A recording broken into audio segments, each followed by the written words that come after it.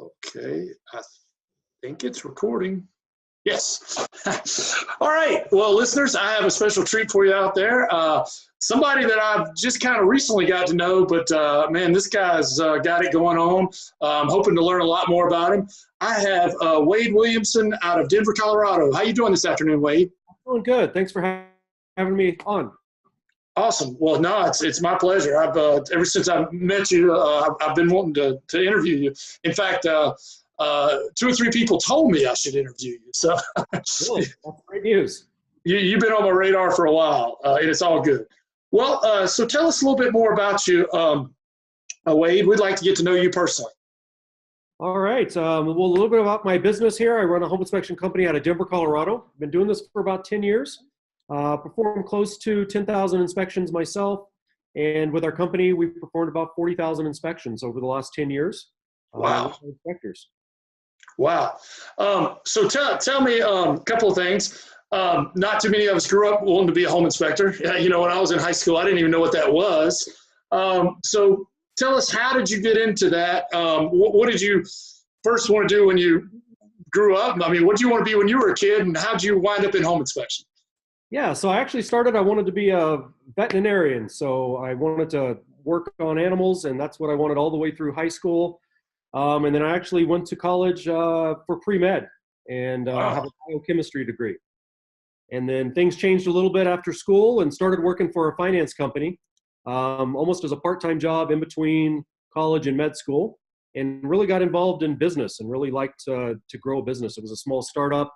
And through that, I started my own financial investment firm where we actually invested in real estate and fixing, flipping houses. And that's kind of what introduced me to home inspections, is that we hired a bunch of home inspectors to help us inspect homes, renovate those homes, sell those homes. And I just thought it was a really good industry at that time. And one of the things I kind of made a mental note of is that every time we called home inspectors, they were always booked up. Right. Mental note that, hey, that might be a good career at some point. And through that process, we actually found out that all in-home inspectors were not created equal. So we actually had very bad experiences with a few. And I literally had a home fall down from a bad home inspection where the exterior wall fell down into the basement, 2 stories of a house fell down, and the house was condemned. Holy cow. So that was my moment where I decided I might be able to do this better than some of the other home inspectors out there. And Right. so at that point in time, I actually went and got certified just to pre-inspect the homes that we were investing in. Okay. How I got into the market. So we would pre-inspect a bunch of homes, figure out which ones we wanted to invest in with the investment group. And then I also found out we could do inspections after the contractors and see how good a quality work they were doing before we put the houses on the market. Cool. So what year was this that you got, that you made that leap or transition into home inspection? And are you from the Denver area, by the way? And actually from Missouri, and moved out here after school. Yep. Okay. Been here about 25 years. Okay. So now what year did you started flipping houses and doing this? When did you start transitioning into home inspection? So I started transitioning in the home inspections in 2007. Wow. And it was right before the housing market started to crash in 2008. Right. Slowly started getting out of the fix and flip and renovating. Like I said, I was already doing it probably for 5 years before that for myself. And in 2007, made that decision to get out of the real estate investment and actually just slow down a little bit. You know, I was working really hard, managing 50 employees, and just wanted to become a single home inspector, manage my own schedule, have my own time, manage myself. And that's really what I did, and just started home inspections, doing 1 or 2 jobs a day. Okay. Well, you've certainly moved beyond that. I guess you've been in business now probably about 11 years, if my math's right. Yep. You've certainly grown your company.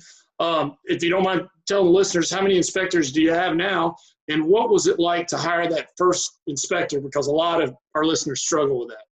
Yes. So right now we have 48 employees total, and we have 26 certified inspectors with our firm. And you're right. So I did it myself for a couple years. And after a couple years, I really decided, well, I was too busy. I was doing probably the work of 2 inspectors and decided I needed to bring someone on. So I think that's one of the first things is I actually worked twice as much. So once I got to that level that I was working enough for 2 inspectors, I made that decision to go ahead and hire someone else to take half that load off of me. And I knew I could keep them busy instead of hiring someone and having them work part-time.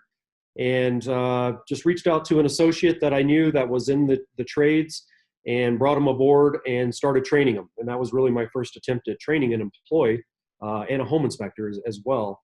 And really learned how to systemize things and how I was going to try and, I guess my goal is how am I going to make sure this guy does as good a job as I am doing? How can I assure that no corners were being cut and that he was going to provide the same type of quality to my customers? And that's really where I started really getting intrigued with growing the business. I really saw that you could systemize this, that you could train someone to repeat the process and the system on each and every home that we were doing. Awesome. Now you now currently, correct me if I'm wrong, you have a school now too where you train inspectors. Is that correct? We do, yes. Through Axiom Academy, axiomacademy.com, we do train inspectors. So we train actually nationwide now. We've been doing that for about 3 years. This will be our 3rd year doing that here in Denver. And we've worked with Internachi, who's also located here in Denver, right here in Boulder, and teaching inspectors from the ground up from all different backgrounds and teaching them how to get into the industry. Awesome. What does that look like, Wade? Like if somebody was new and they wanted to get into the business and they're interested in your Axiom, your school, what would let's say I'm brand new, what would that process look like? You know, the best option is to actually come to a classroom. I think that's where people really learn best and put your hands on things. We do have an online version as well, but highly recommend coming to one of our classes. So we do have 2 different options. We have a 1-week and a 2-week class that we can come in and we go through the class and go through the Internachi standards of practice.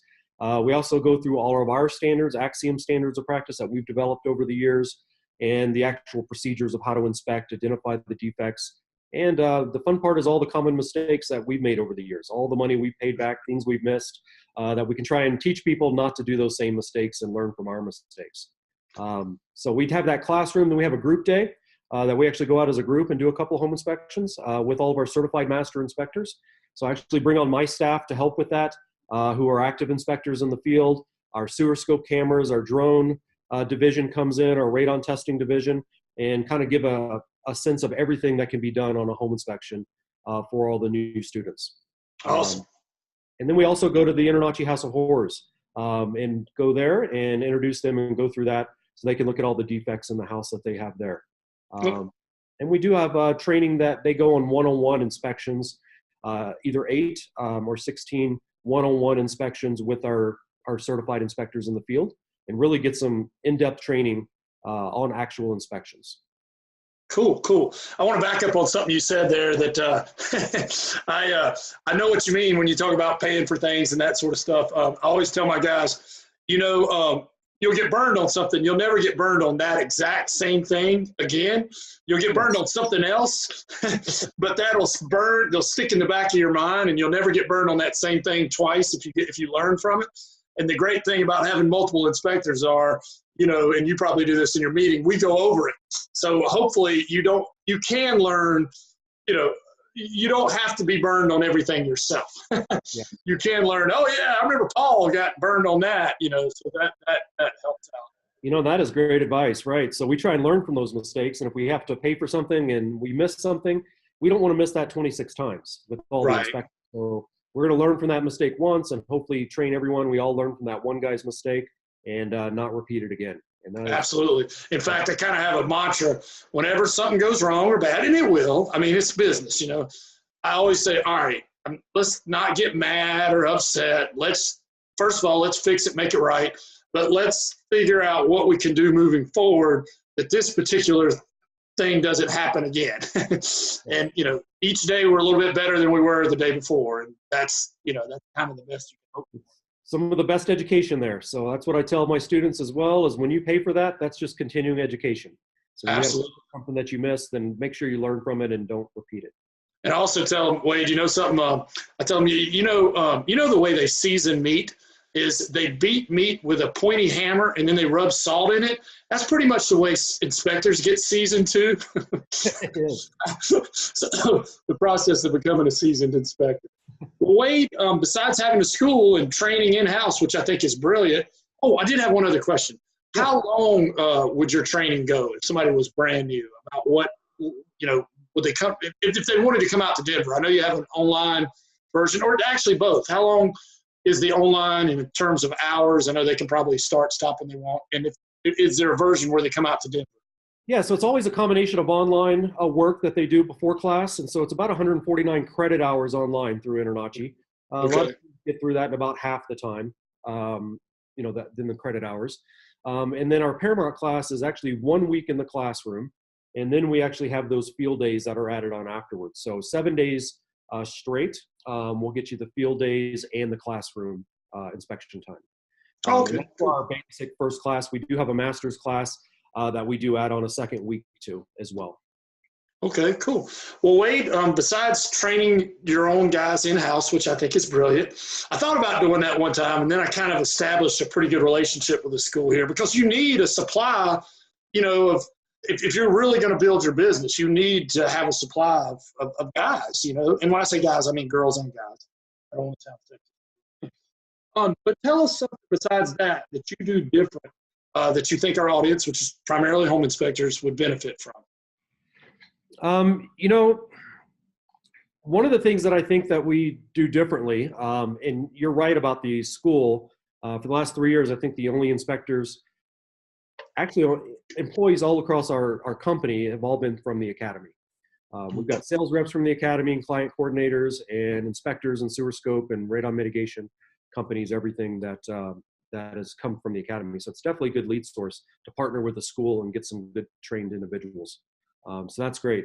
But what would benefit from the audience? One of the things I think that we've really grown on is a lot of inspectors are doing it, but I don't know to what extent, is all the auxiliary services and that you can add on to your inspections.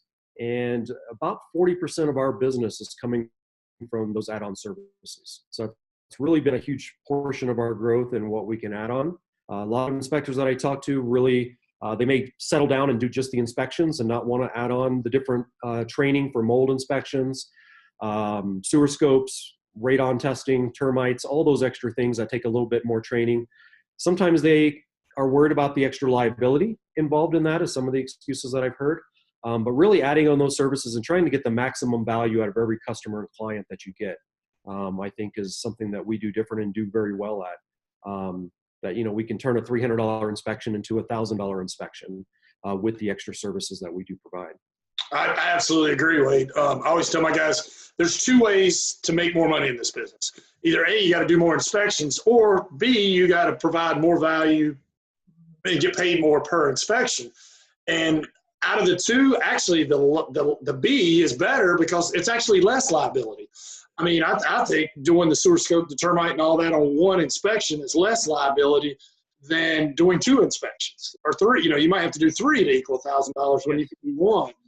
And I also think the fact that you do all that ancillary stuff, it lessens your liability, honestly, in my mind, because if a person just does a normal inspection and then turns down all that ancillary stuff and then has a problem with it, well, then you have a good defense that you offered it, but they turned it down, versus if you just didn't offer it, they have an argument that you didn't find it. Does that make sense? It definitely does. I 100% agree with that. So yes, if we offer them a mold inspection, and funny thing is we just had this incident happen yesterday where they turned down and they didn't want the mold inspection.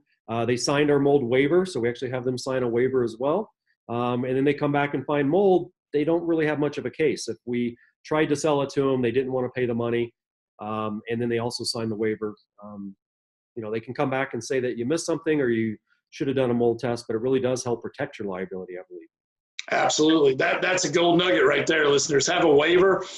We don't do it for mold, but we should. We have something like that for radon, that signs something that, we offer to radon, because that's big in our continuing education this year, and the real estate too, that we offer to radon and you turn it down. So that does two things. That protects your liability, and it also sells a lot of them, because they're like, wait a minute, I'm signing away that, you know what, I will have that test.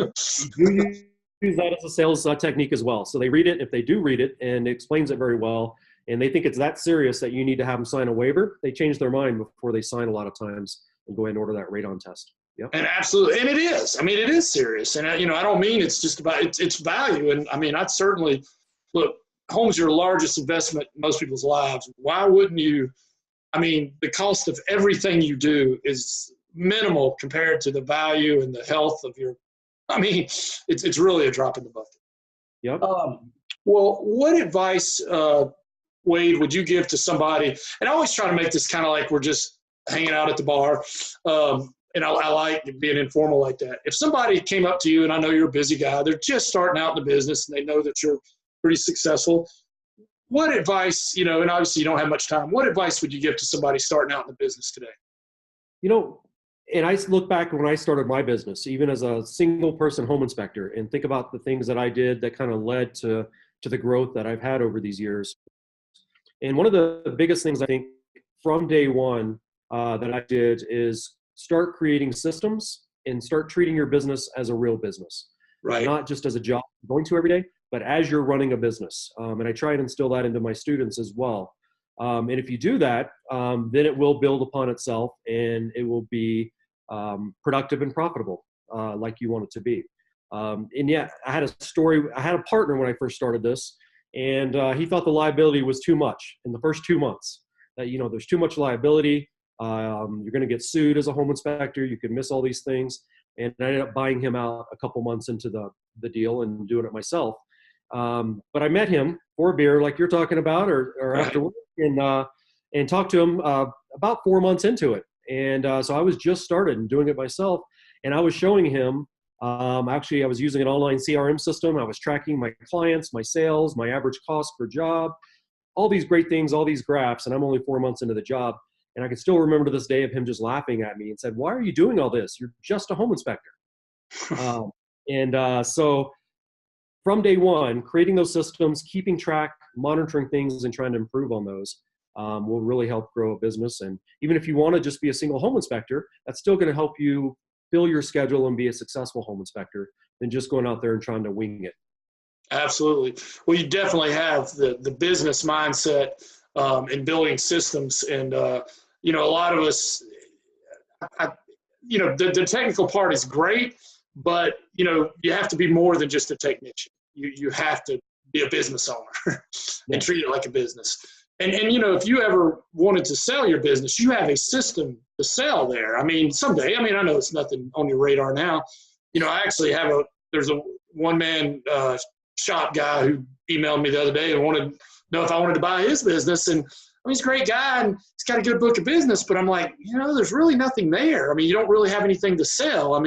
Because, he's like, well, I got these realtors that like me. And I'm like, that's just it. They like you. And, I can't clone you and you're retiring. And, I'd be lucky to retain a couple of them, but, I'm sure it's worth something, but it's not worth nearly as much as if you have systems. There's value in systems. And if you're just a one-man shop, and there's nothing wrong with that.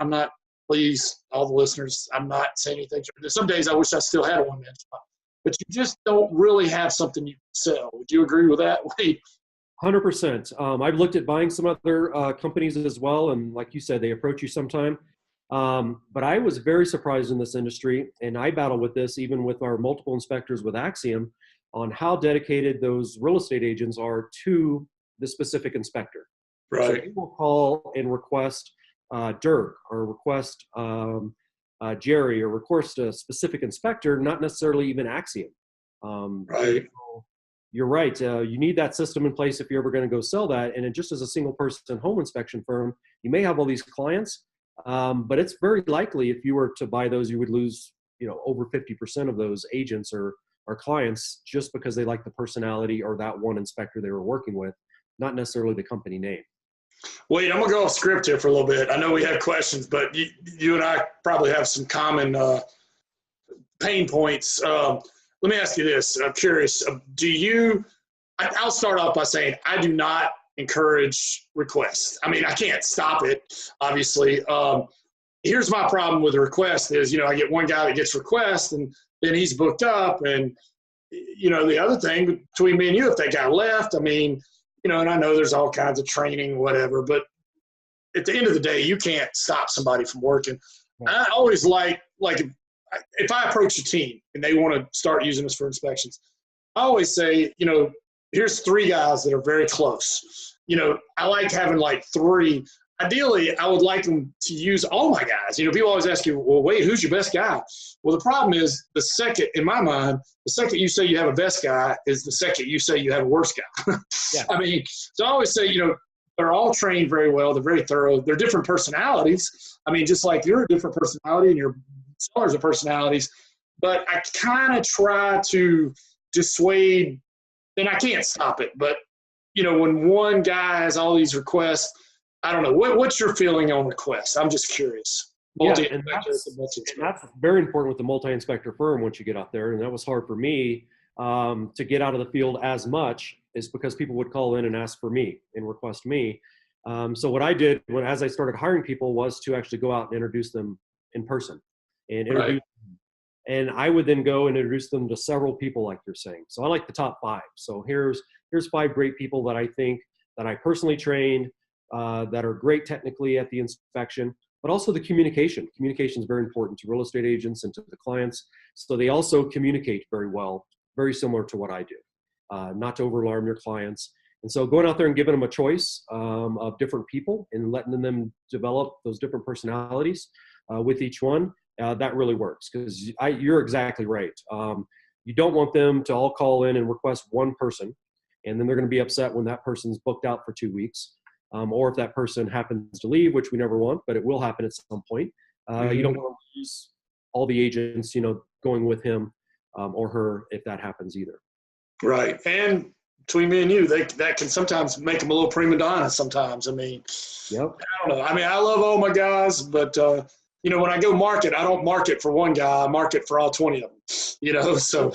We have generic business cards and everything as well. So they'll call in to Axiom to schedule. And they can try and request them, but we do go through and offer them other inspectors and try and switch them up from time to time as well.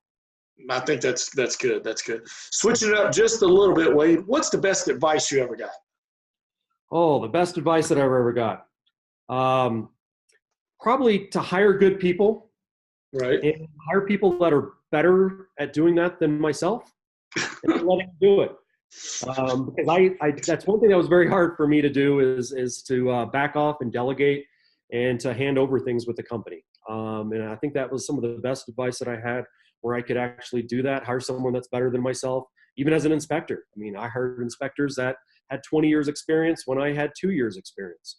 Right. That's kind of hard to do when you're trying to manage someone with more experience, but I actually learned and grew from that, and you're able to learn from those people and improve yourself as well as your business. And that goes in whether it's social media marketing or your marketing in general or salespeople, to know what you're really good at and hand off some of those other items and let them do that. If you're really wanting to grow a business, that's one of the best ways to do it. I'm totally with you, Wade. And it's so hard, because one of the reasons we went into business for ourselves or became entrepreneurs is because we felt like we could do something better than the way it was being done currently. So, that's our mentality. And you build this thing and it's your baby, but one by one, you have to systematically, if you want to grow, start handing things off to other people. And it's so hard to do because it sort of goes against what you did in the first place. But I've learned it too. You always feel like there's nobody who can do it better than you. And, I used to think that, but there's some people who can do a lot of things better than me. Yeah. So you have to let go sometimes. And when you do that, you'll be surprised. There might be a better salesperson with a better close ratio than you, or someone better at marketing, or going out there and networking with your agents a little bit better than you. And that's just going to help you. So really looking for those good people, I think, is something that everyone can do. Awesome. Well, I definitely want to get into some of those marketing quotes, and we're almost at the halfway point here. We got one more question up against the break, and I really appreciate you taking your time. Wade, you know as well as I do that if you do enough inspections, you're going to have an unhappy camper. We talked a little bit about that earlier. And especially, it's a numbers game too. I tell my guys, if it's a percentage, the more you do, the more you're going to have, whatever you had at 3,000 inspections, you're going to double that at 6,000 inspections. Just numbers. You try to do your best, but how do you handle an unhappy camper? Do you have a system or a process, and what's that look like? So we do. So we try and take that very seriously. Most of our 68% of our business is from referrals from real estate agents, clients. And so that is a big thing that we want to keep everyone happy. And we want to try our best to figure out how to make it right for every client and hopefully have them continue to refer us and not leave with, any bad taste in their mouth after an inspection. So one of the first things I think a primary, and I prepared for your thing here, we do have a 17-point plan, a system. Wow. Like you so do have a system. We do. So we go through exactly on every one. And one of those first ones is to communication and return their calls right away. Okay. When they call and complain, if you don't answer that call right away and they're sitting there all day long, even if you wait and call within 24 hours, by that time it may be too late. They may be too angry. They may have already posted negative reviews on social media. They might have already called an attorney, and they probably already talked to a bunch of people all day long bad about it. So we call usually within the hour. Okay. So we'll walk out of an inspection and make a quick phone call. Here in the office, my operations manager will get to them sometimes within minutes. We get a voicemail, we get a bad complaint online, whatever it may be, and we're on it right there, and we stay on it until we come up to some type of resolution. So we work through that 17 points that we have. And another thing that I found that really helps that some inspectors don't take the time to do is if we have to go back out to the property to review the issue, we go back out to the property. Right. It is worth every second of your time to get in your vehicle and drive back across town and show them that you care and that you're not just blowing them off and hanging up the phone, but going out there and talking to them and showing them why you may have missed it, why it may not have been visible at the time of the inspection, or even explain to them why it's not included in the InterNACHI standards of practice. Right. Sometimes that personal touch has settled everyone down, where it was a screaming match on the phone and curse words from their side to us. And I'm like, you know what? I'll come out right now. And we'll look at it together and crawl down in that crawl space and look at whatever you thought was missed and discuss it. And every time we've done that, it's turned out into a positive situation where we're able to explain the situation. And if we did miss it and we walk into a spot and it's something that's covered under the InterNACHI, I'm like, man, we should have definitely caught it. Then we step up to the plate and we take care of it and make the customer happy that way. Awesome. I want to come back to a couple of things you said there, which I think are dead on. I preach to my guys, call right away. Even if you're in the middle of an inspection, you're driving down the road, acknowledge that they made a complaint and just say, it's, you inspected my house 3 weeks ago, whatever. Of course, you don't know right now what they're even talking about. And, they always say you missed this and, don't agree, but don't disagree. just say, I'm getting ready to do an inspection. Can I call you whatever time? And I hear what you're saying, and I apologize that you're having this problem. Don't say that you missed something, because I can't tell you how many times they tell you missed something, and you just believe them, and you agree with them, and then you go back and look in the report, and like, no, I did miss that. But whatever, the importance, like you said, is don't let it wait. Because a lot of times, number one, they're going to get madder and madder and madder. Number two, you're not going to do a good inspection now because that's in the back of your mind. And it's still going to be in the back of your mind, but at least if you talk to them, you've somewhat settled. I don't think it's going to grow, but if you don't respond to them, they think you're ignoring them. Oh gosh, it's getting worse and worse. And they're going to talk to their friends, but if you at least acknowledge their complaint and set a time to reconvene with them, with you sitting looking at the report, I think you've really helped yourself out. Yes, definitely. And one of the last steps that we do off of that big checklist is really take the time, because a lot of people stop right there. They fix the situation. No one's mad. They pay for it. They give a refund, whatever they need to do, or they, make the person happy. But then they go on about their day-to-day inspections and move forward. One of the things that we try and do on every one of those is really sit down and analyze that problem and what can we do different moving forward to never repeat that again. So what can we add to our inspection techniques? What can we add an additional picture in our report? Was it confusing the way we wrote the report? Do we need to rewrite the template on the report and really analyze that? Do we need a better tool to catch that next time?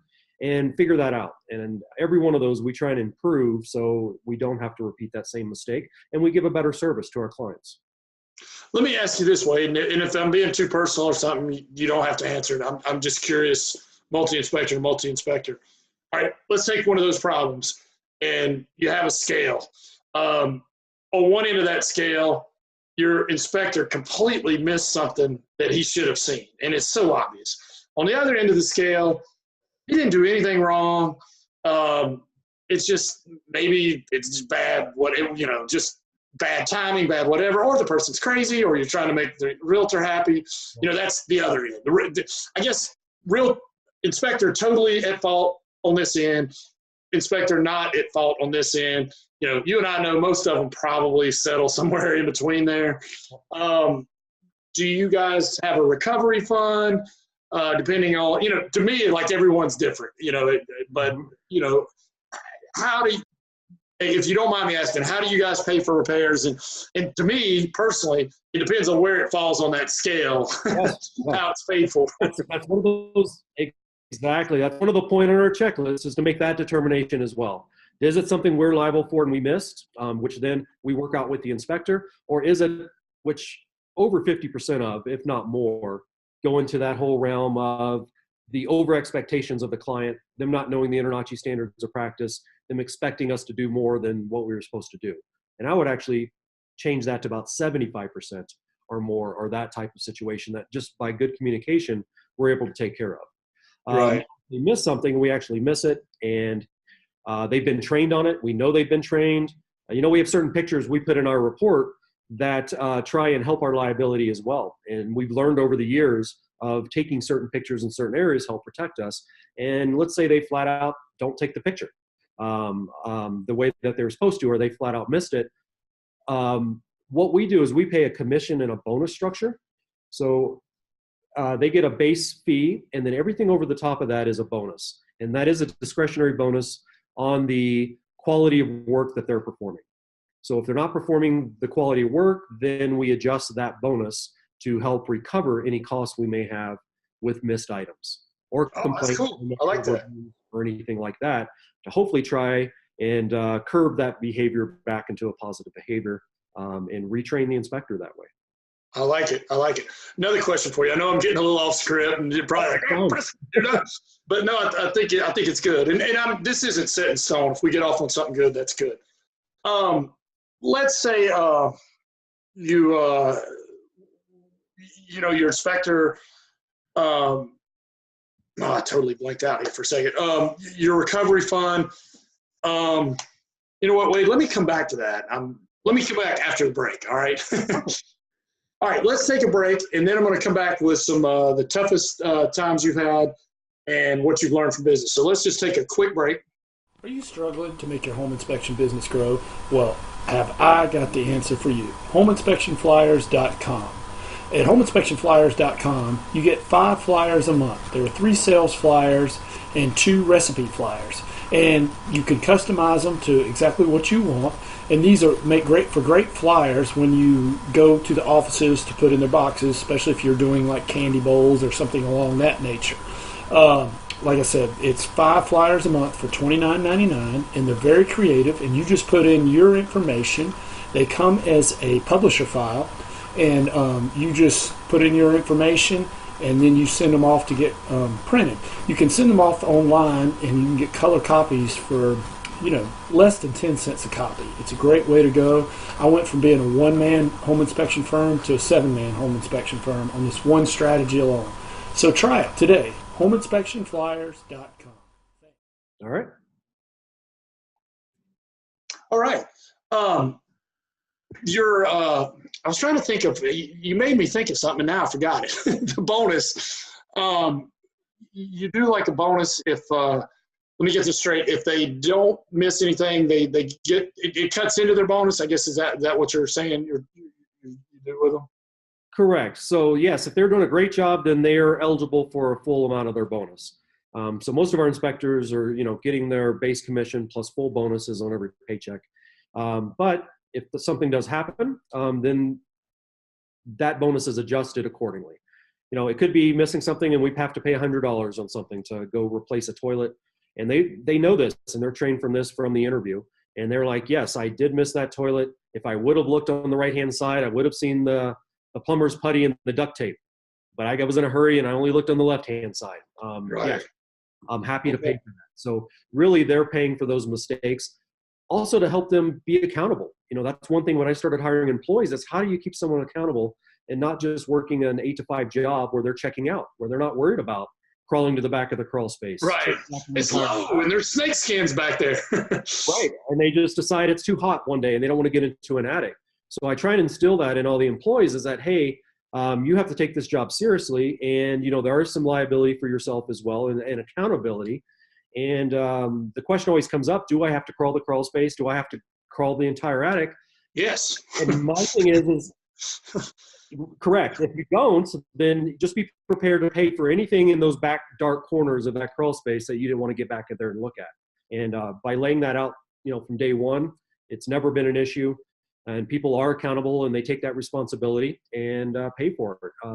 We've only had a couple larger ones where, they weren't able to take care of right away that escalated a little bit, that turned into the thousands of dollars. And we've worked that out with our inspectors, and the company has accepted some of that responsibility for maybe improper training or our report not being good enough.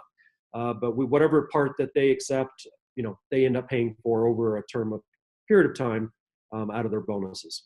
Okay, good. Take it all from them at once sometimes. We had one guy who did it over a year. It was a pretty big issue. He was a great inspector. We absorbed 75% of the loss, and he agreed, to kind of pay 25% of the loss, and it worked out great. And I think it's a good way to grow the company. Excellent. That's what we do. I mean, everything's different. I mean, every situation is a little bit different. I do have this question for you, Wade.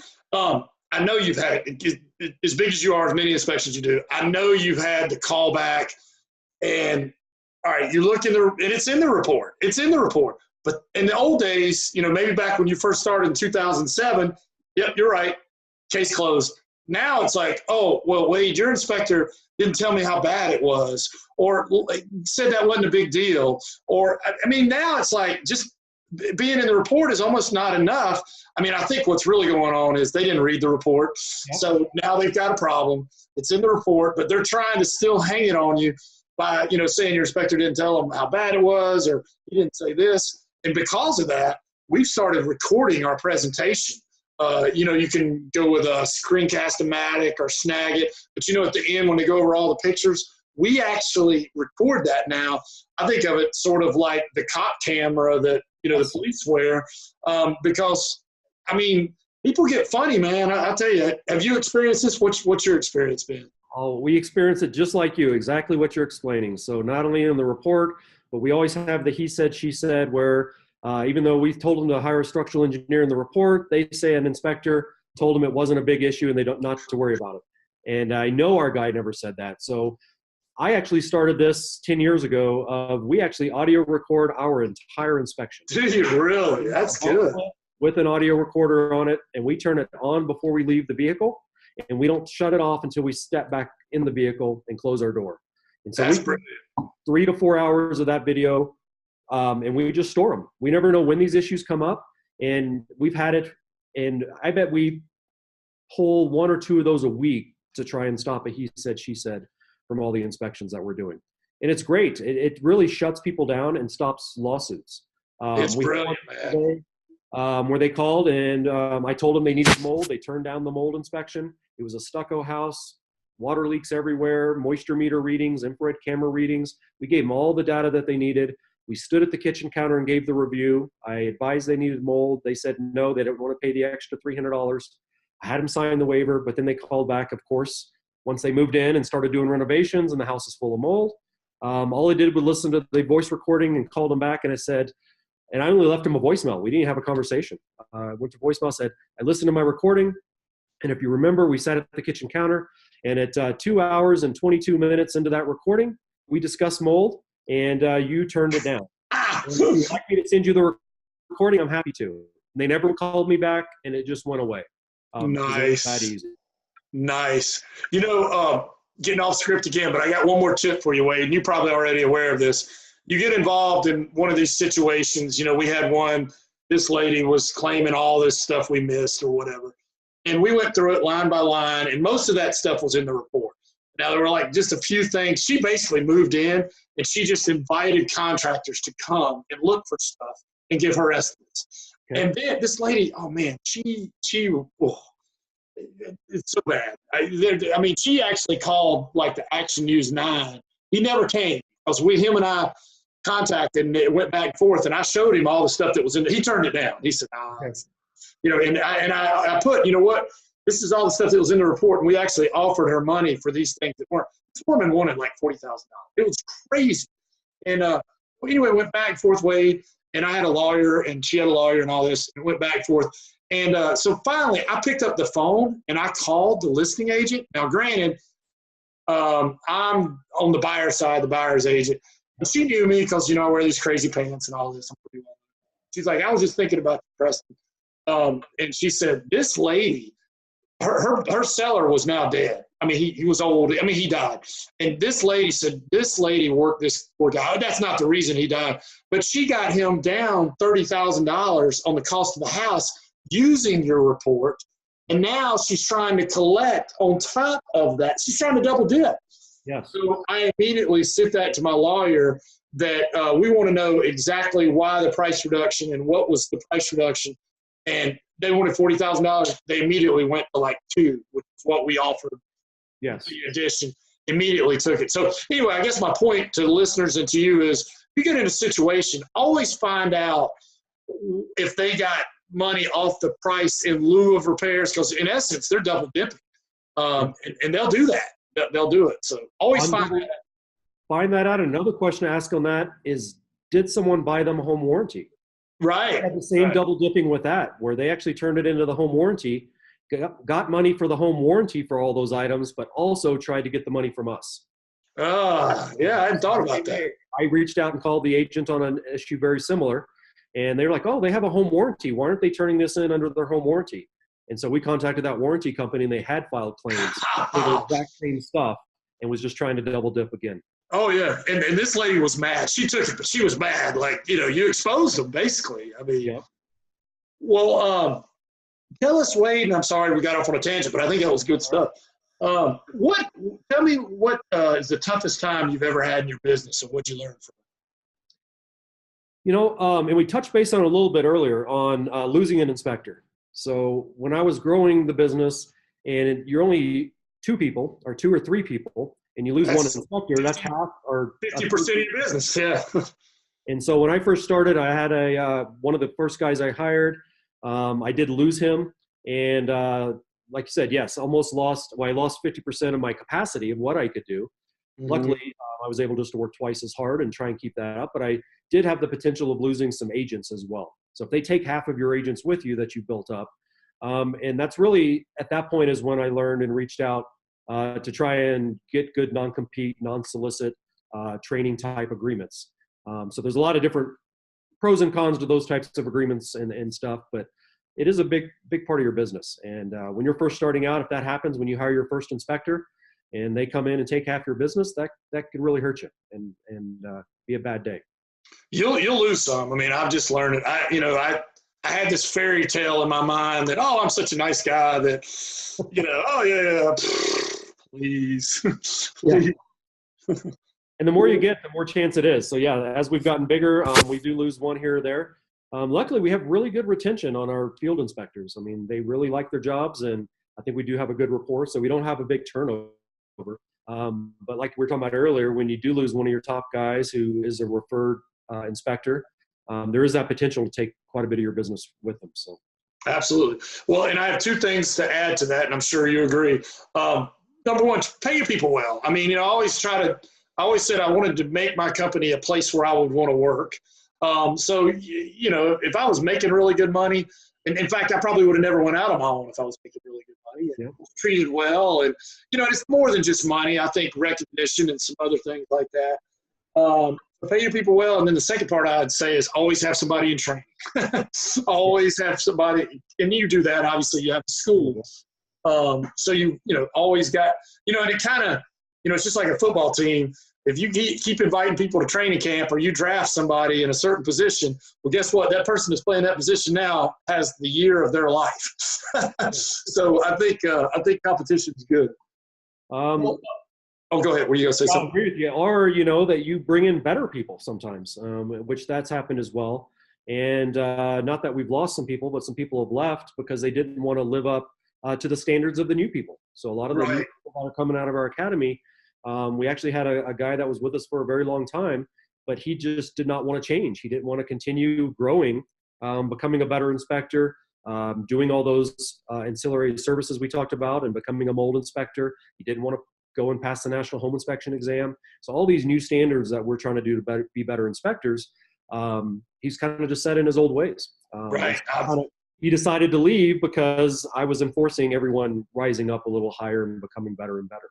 I've been through it, same thing. And I tell this all the time. It's like, there's sort of a trade-off. It's sort of like, and I mean, everybody's different, but sometimes you get an older inspector and, you have a younger inspector, and sometimes the older inspector has a lot of knowledge, but, can be like, I'm not doing a Saturday inspection. I'm not doing a late inspection. And you got a younger guy, he's going to have some growing pains, but he has such a good attitude, and he's so willing to work. And it's almost like, I don't know, man, sometimes I'll take a little bit. I mean, I love that new attitude, and it's good to have that. I think you need a mix. Just like I always say, it's like a team. You got to have some veterans. You got to have some younger people. But I don't, you get on some of these forums, they knock these younger guys. And I'm like, hey, man, we were all rookies once. I mean, there's attitude to me is like, if you're willing to learn, I can work with you, Yep. But, okay, well, let's move on to social media. And I know you're good at it because I've checked out some of your stuff. Do you do social media? I know you do. You have any tips for listeners out there? No, unfortunately, I do not. I actually put this on here. So I've got a great team. Once again, hire better people than yourself. And they are doing a really good job on our social media, and we are getting quite a few leads on that. And that's my tip, is to hire someone out there that knows what they're doing. I know you do a lot of social media. I see you on there all the time. The tip that I can say and that we do is I follow people that are doing a good job on social media. And then I learn from what they're doing. And so I do get ideas from other people out there, including yourself, that I'll pass along to my social media team to go ahead and implement some of those ideas. Same here. I copy a lot of stuff. I always send them a message. Hey, can I steal that? And yes. I've only been turned down once ever, which is kind of strange. Most of the time people ask me, can I steal that or copy it? And I'm like, well, yeah, you didn't even have to ask. There's a share button there, but I do appreciate it. It's nice. Yeah, just like the ideas of you doing Facebook Live and stuff, of just, hearing that, seeing you doing it, and then going out and trying to figure out how to do that. That's inspirational and helps. So, yeah, learn from other people that are already doing it. Awesome. Well, thank you. Next question, price shoppers. We all get them. How do you overcome that? And, you're obviously at a point now where, you have quite a few people to feed. I mean, I get it. I'm same way. How do you overcome? I mean, you certainly want to close, when people call around. What's your advice on price shoppers? How do you? I've got two separate philosophies on this, and we do both. Okay. One is we want to give them more value and more services, and just so much more than any other inspector could give them. Right. We would want to pay more. So we have our certified master inspectors. We have our warranties. We have our 200% guarantee that we do. InterNACHI's buyback guarantee. So, I mean, we try and add on as many of those different services that we can. And then we add on more free thermal imaging, free EMF testing, free termites. So things that we can add on that's not going to cost us a lot of additional money, but give them more value for that inspection to keep the price up as high as we can. Right. That's our first strategy. And then second strategy, because we do have a lot of people and we do want to keep them fed, keep them busy, I would rather lose money a little as a company and give it to the inspector, especially here in Denver. We drop off quite a bit when it gets snowy in winter time. We want to keep things going. So we will beat any price as well. So I will drop my price to try and win the job. And if I have to not make anything and give all the money to my inspector as his commission and percentage, I've actually done that before. Wow. Get the job. So sometimes in the winter, we'll drop our price too low, and we want to make it worthwhile. Like I said, take care of your inspectors. So instead of them, getting whatever percentage they normally get off of a very low price match, we will give them more of a percentage or sometimes the entire fee. And that's awesome. That's awesome that you do that, Wade. I've never done that for slow. I'll tell you one thing I do that I've sort of found out accidentally. So one of my inspectors a couple of years ago, I got this glowing review. I get bad ones too. Don't get me wrong. I'm not bragging here, but I got this awesome review. This agent went on there. It turned out this lady had cancer and just had a whole lot of bad. This woman needed a break. And my inspector said, you know what, I'm doing there's no charge for this inspection today. I mean, he did that on his own. And she blew that all over social media, and it was just fantastic. And you know, I think Gary was my inspector, I think, that did it.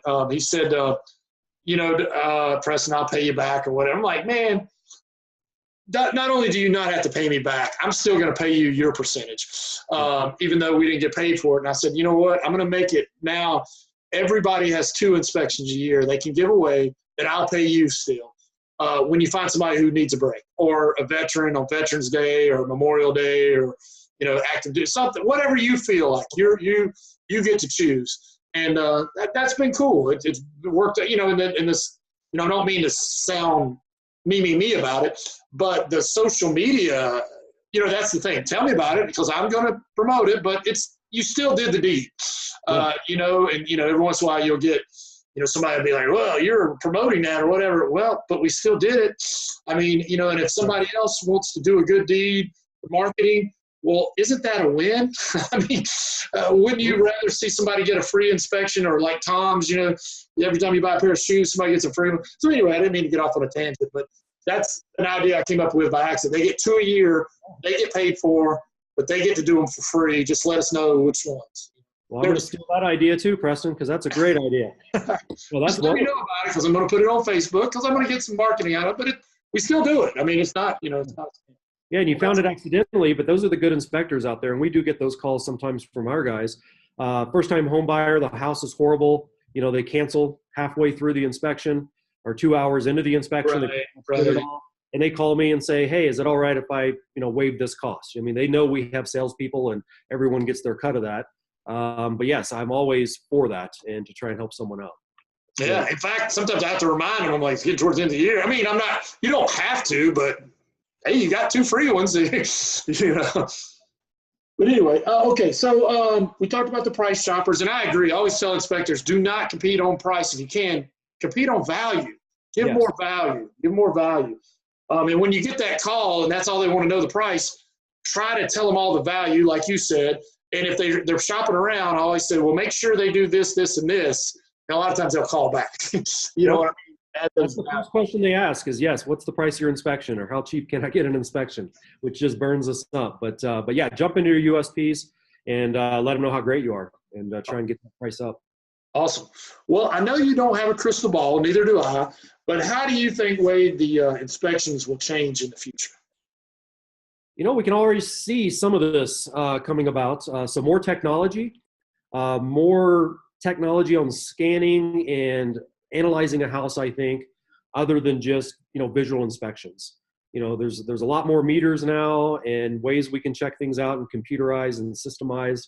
You know, the new drones that can scan around and infrared a house. I mean, you can set those things right at the top and do an orbit, and it'll just circle the house all by itself and infrared. I love that. I love that.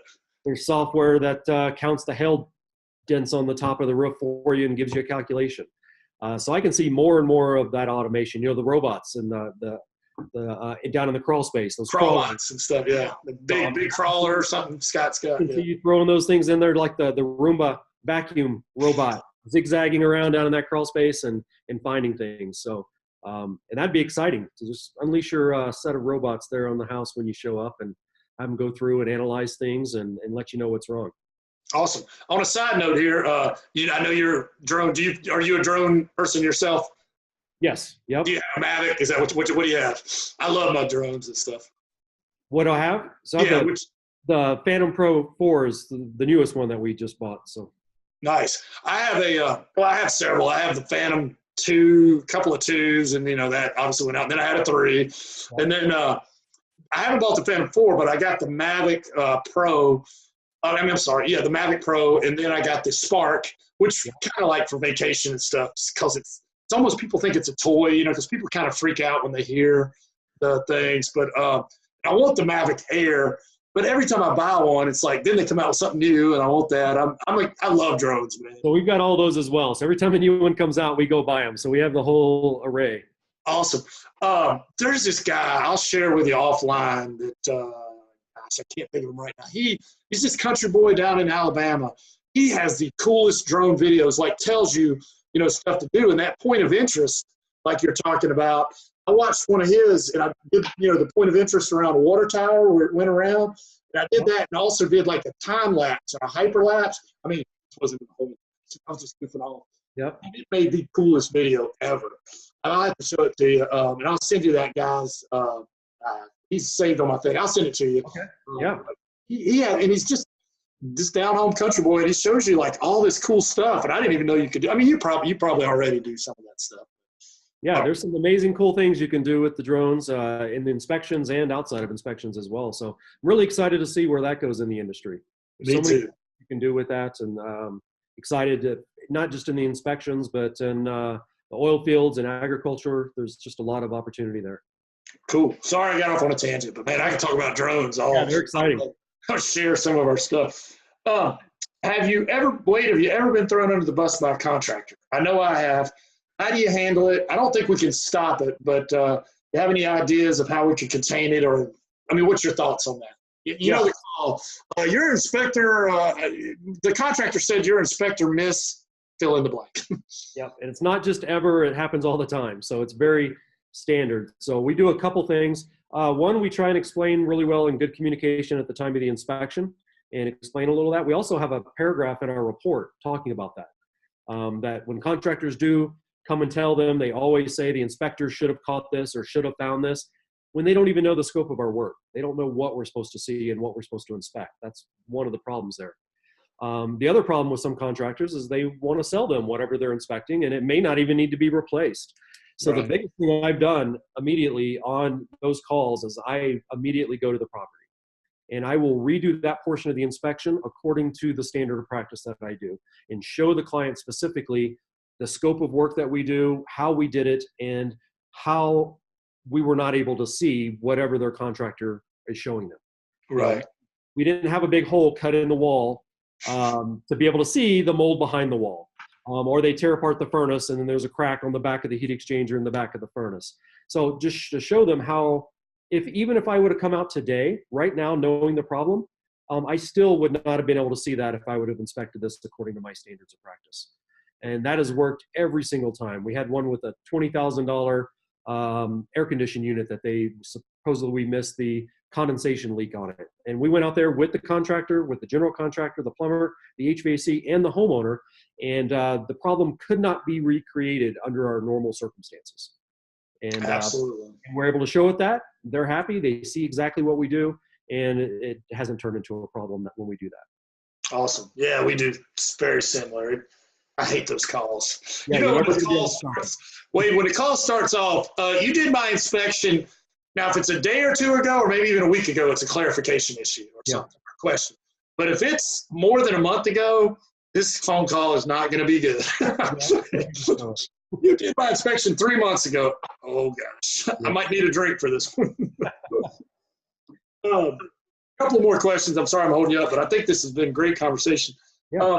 Wade, how do you think, and I don't know if you go on a lot of those forums, they could be fantastic places, and I've seen people give good advice. I don't know if you've ever seen Charles Buell, I think. He's great. I mean, this guy's like a walking encyclopedia of knowledge, and he's nice, and he's, but, sometimes a new inspector will ask a question on there, and sometimes guys will just beat them up, or, sometimes it gets a little less than professional. I don't know. You can't control other people. None of us can. But what's your thoughts on the forums anyway that maybe we can keep it more professional? We can't control it. Well, I've never known a way to keep it more professional, so I just created my own forum. Oh, okay. And kick people off of it. So yeah, for our students, and I did, because we did hear that from a lot of the new students, that they would get on there and post a question, and they're like, why are you shouldn't even be an inspector if you don't know the answer to that. So what I did is we actually created an online digital text forum where we can actually help each other instantly. So we get the dings on our phone, and we're able to help someone when they are in a crawl space or in an attic. They can actually ask for help and advice and send a picture in, and we can help them so they can communicate that to their client when they get out of the attic, and they don't have to wait and get on another forum and try and search for those answers. So that's kind of my answer. It doesn't solve the problem with the forums online and what we've seen negatively there. but we've got a really good group of my own inspectors, my own office staff, and then our students and licensing clients that we work with. That kind of we built our own community there and help each other out, and all of it's positive. And I let them know from day one that that's the way it's going to be. And if one negative comment on there, I hit a button and they're booted, and nice. I don't get a chance to do it again. So that's brilliant. That's brilliant. I might talk to you about that offline sometimes. If we could be a part of that, possibly. I don't know. Perfect. But it doesn't cost anything. So yeah. Awesome. I'd love to get all my guys on it, and if it's possible, and maybe help each other out and tell them, I don't think they would say anything negative, but I'd make sure they did. Well, now remember, Wade, this is a G-rated show when you answer this question. Uh-oh. What is the wildest, weirdest, or craziest thing you or one of your guys have ever found on a home inspection? I've had some doozies, man. Yeah. So we've had all types of, probably all the defects that you would see everywhere. But I think, everything from houses falling down and houses full of mold and houses that have had pets closed up in them for seems like months at a time. But I think the wildest thing that left the biggest impression on me was belly crawling through a very bad 100-year-old home crawl space here in Denver, and then coming upon a half-buried mannequin. Oh, I had a mannequin once. It wasn't buried. I had a mannequin once. So it was a half mannequin, part of it under dirt, and you hit the flashlight on that just from the right angle. And yes, you almost going to hurt yourself getting out of that crawl space. Oh my gosh. I bet your heart rate went. Was that Jeffrey Dahmer's house? Yeah. I had one a long time ago when I was a lot younger, Wade. I was crawling around and I saw like flesh tone and I saw hair. And I'm like, oh my gosh, what is that? I thought it was a body, and I went over there, decomposed body. And it was, I know it's a G-rated show, but it was like one of those inflatable I drugged that. I was a lot younger then. I drugged that thing out of there, and everybody was there. I wouldn't do it today. I would leave it. I'm a lot older now, but I drug it out, and I was like, somebody's going to miss her. Oh, my goodness. And, oh, man. Boy, that was – thank goodness this was like back before the days everybody had cameras on their phones and stuff. Yeah. That was a long time ago. It was back in the 90s. But anyway, well, Wade, what's the craziest callback you ever had? Oh, man, we've had hundreds, but I think the most ridiculous one, because we do get some, like I said, on that scale, ones that they should never even call us on, was someone called us back because their doorbell was out of tune. Oh, my God. Yes. Ding, ding, ding, ding. Yes, That made that sound, and it wasn't in tune, and they thought we should have put that in their report and had that to fix for them. Oh, my gosh. Curious, was it, and not that I'm sexist or anything, was it the man or the woman that called? Oh, this was a man that called, yes. So Was it a musician or a music teacher or what it was. I know. But yeah. Who would even know? Another thing I always tell my guys, I'm getting off a little bit here, but Chip is my manager, and he handles most of my complaints. And, he's learned this. Whenever you're dealing, usually, a man and woman or, man, woman, whatever, or there's two people in a couple. One, you got to figure out one's a little more emotional and one's a little more logical. And it's not always the one that you think either. And you really got to try to talk to the logical. But the logical one, is married or cohabitates with the emotional one. So they have to keep the emotional one happy. But, whenever I offer a resolution, I never push it, and I give them an opportunity to think about it, because it's probably not quite the resolution that they wanted. And the emotional one would be like, argh. But if you give them time and say, you don't have to respond right now, just let me know by Monday or something. Yep. I would say 75% of the time they'll go for that solution because it's probably their best choice. So yeah, explaining to them why it's their choice, but definitely have noticed how you have the two different personalities, because you'll get the frantic one on the phone, the very upset, yelling one, and then you'll get the other one on the phone a lot of times that's more reasonable and help you settle it. And sometimes you think you have it settled and everything's okay because you had the reasonable person, but as soon as they go to the unreasonable one, you get a call back, frantic that that's not going to work for them. And yeah, I've had it. That's why I'm like, get that thing signed. I tell my guys, that release, man, you're just paying for a cheap divorce because there's crazy. And I tell them sometimes, I'm like, look, these people are crazy. We just need to get divorced from them. And before they find something else. Because, today it's the doorbell.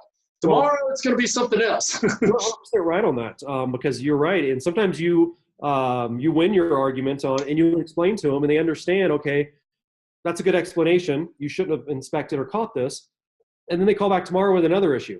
And then the next day with another issue. And so you're right. You got to try and, on some of those people, get them to understand that. And if you are going to settle or pay anything or give a refund, get them to sign that release, because they will sometimes keep coming back. Yep. We are done. Definitely. Exactly. It's like a bad girlfriend. It won't go away. And I've been married for 20-some years. That was a long time ago. What's the best part of your job and why? And what's the worst part of your job and why? The best thing that I love is really educating homeowners, and especially new-time home buyers, because we have people come in these houses who don't even know where the filters are, don't know where to change filters.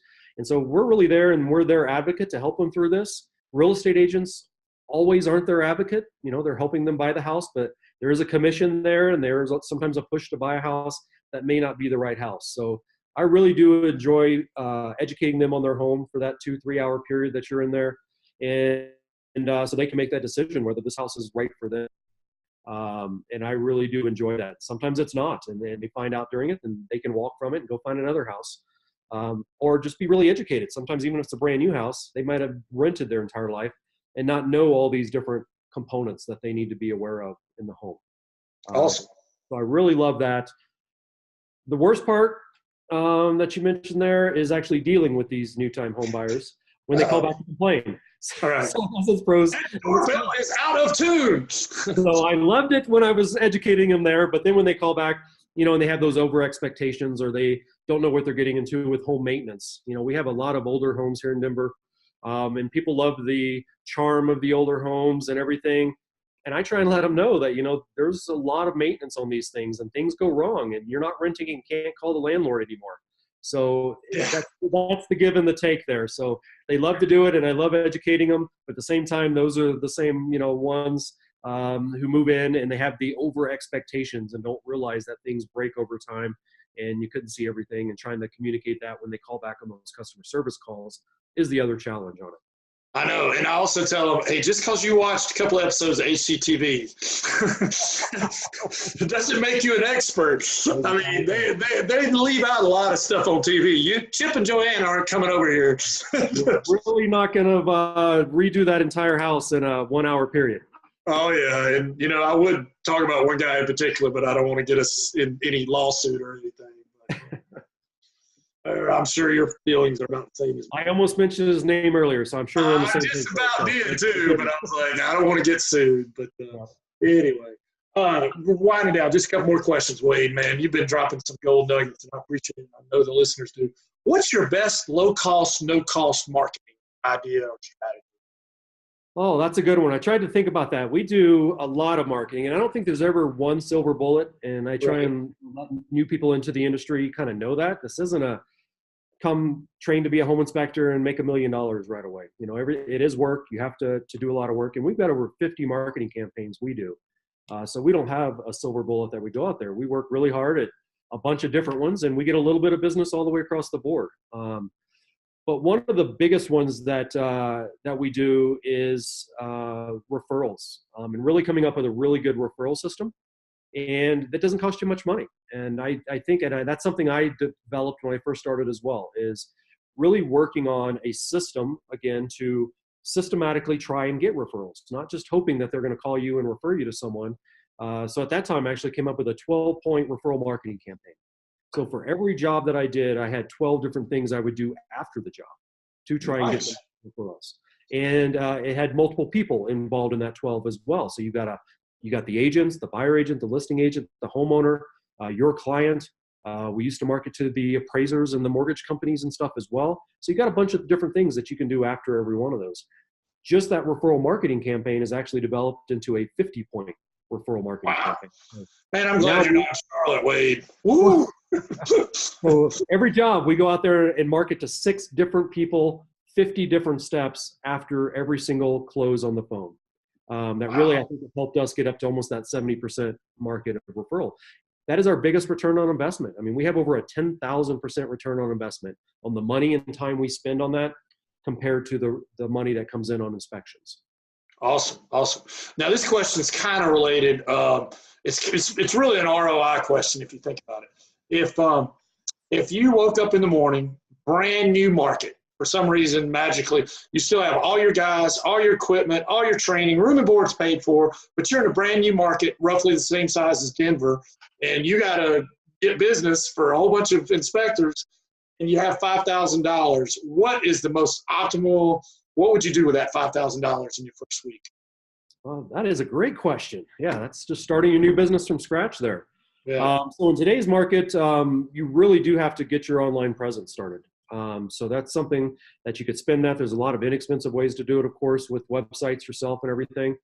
So I think you could do it for a lot less than $5,000, but you'd want to get that online website developed and your presence, that's your online brochure, and then get out there on all the free directories and networks that you can online to get people to be able to start coming to you. I'd probably then invest that money on some of the paid services out there, like Home Advisor, like Google. Those are some things we actually do for some of our new students that we're able to get them jobs that day. I've actually brought jobs in from turning on some of those services within one day. And those cost a little bit of money, so you'd have to invest some of your $5,000 into those. And then a little bit of print material. So some flyers, some postcards, some business cards, and get out there and start knocking on the doors of the real estate agents and really starting to meet people, getting in those networking groups, and start building those relationships for the referrals. So I'd get my online presence started first so people have somewhere to go to look at you and look at what you're doing, but then really get out there and knocking on the doors and getting those agents to call you.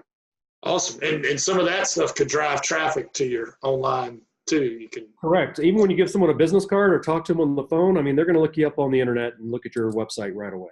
Yeah. So, and you know what I always do too? You probably do this too, Wade. I have a bunch of free stuff, resources on my site that every time I get in front of realtors or whatever, I tell them, hey, I got a maintenance checklist. I got inspection checklist, all kinds of stuff. Go to my site. Yep. What I should do, what I used to do, now they can just download it for free, but I should do is put in an email address or something to email it, but then I could do a drip campaign or something. Most definitely. That's what we do. Yes. So try and give them some for free on there, and then gather that data and that information for their email. All right. You do it, like a 3-day, 5-day, 7-day, something like that. I need to do that. Perfect. I used to do it, but we're both going to have a list of things to do after this call. I know. I've written some things. It's been really good, man. I appreciate you taking the time. And we'll definitely have to have that beer sometime. Is there anything that I should have asked you that I didn't? No, I think you covered it all. I did want to ask you though, what is your number one thing that has made you successful? I know you're running a large home inspection company as well. What is that one thing that you think can contribute to your success? I would say a lot like you, systems. I think I don't have mine down quite as well as you do, but I'm learning, man. I gotta document some of this stuff. I was stuck at 7 inspectors forever. I mean, I just couldn't. I had a pretty good business, pretty good life, but I never could get past 7. I mean, it just in a certain income that wasn't bad, but I could never grow beyond that. And it sort of happened by accident. One of my guys came to me and said, "Hey, I want to be a bigger part of this." And I saw something in him that I saw in me because I worked for an inspecting firm, and I wanted to be a bigger part. And that guy shut me down, and I just became. At that day, planted a seed. I'm going to open my own business. And I certainly didn't want him to do that because he was my best inspector. Anyway, he's my manager today. And I went from 7 inspectors to 21, 22. I think that's how many we got now. I'm not sure. Not as many as you, but I'm working on it. But that enabled me to, like you said, as you get bigger, in the beginning, you do everything. You're head cook, bottle washer, you're the marketer, you're the inspector, but, little bit by little bit, I think start figuring out what you do best or what people do best and let them do that. Somebody wrote that book, what is it? Get the right people on the bus in the right seats, And when I was a school teacher, there used to be this adage. I used to be a school teacher. There was this adage, if you got, a squirrel, a duck, and I don't know, an eagle or something, don't try to make the squirrel swim and don't try to make the duck climb a tree. Yeah. Let them do what they do best. Yep. So I think my answer is a lot like your systematized, and then being able to focus in on what your strength is. I'm a little bit more heavy into the marketing because that's just what I like and what I'm good at. Chip does more of the managing. I know a lot of inspectors are more technical and they want to manage, and that's good, but hire people who are good at what you're not good at. Yes. I think would be a really good thing to say. But Yep. awesome. Well, last question for you, Wade, and I know it's off the script. How can I help you? Or the listeners help you? What are your websites? Can we go get you some lights? People who may be interested in your school, how can they find out more about you? What can we do for you? And what are your real estate properties that we can go visit and like and all that sort of stuff? Yeah, so you'll go to axiomacademy.com, AXIUM, and axiuminspections.com. And yes, we're on Facebook, Google+, all the major socials. So we love to go like all those areas. Check us out if you'd like any of our services. I do a lot of consultations as well. Love to learn from other people. So that's one thing I like to do is try and give back. And just these conversations like this here today, I learned something from you. Maybe you learned one thing from me, and that I learned more than one, a lot more. boost up your business a little bit. So I love having those conversations. And anytime anyone's out in Denver, definitely look us up. We have people coming through our office all the time, and love to share what we're doing. Awesome. So it's Axiom. Let me make sure we spell that. AXIUM, correct? That is correct. Yep. Axiom.com and or AxiomInspections.com? AxiomInspections.com or AxiomAcademy.com. We'll get you to us, and you can check out what we're doing. Awesome. Well, thank you so much, Wade. I appreciate you taking the time. Thank you. Have a great day. You too. Hey, home inspectors out there, I'm going to tell you a creative, inexpensive way to increase your business massively.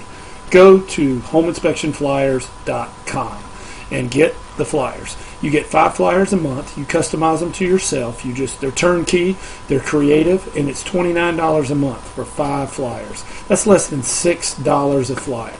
And they are done by yours truly, Preston Sandlin. And I am a creative guy, especially when I don't take my medication. But I come up with some crazy stuff. It works for my business. I went from 1 inspector to 7 inspectors with this strategy alone. So again, for $29.95, you get 5 flyers. I do 1 per week. I send them off to get copied on the internet. I can get them for about 7 cents a piece, and I put them out in the boxes when I do my candy run. Works fantastic. homeinspectionflyers.com. Thanks. Hey, home inspectors out there, I'm going to tell you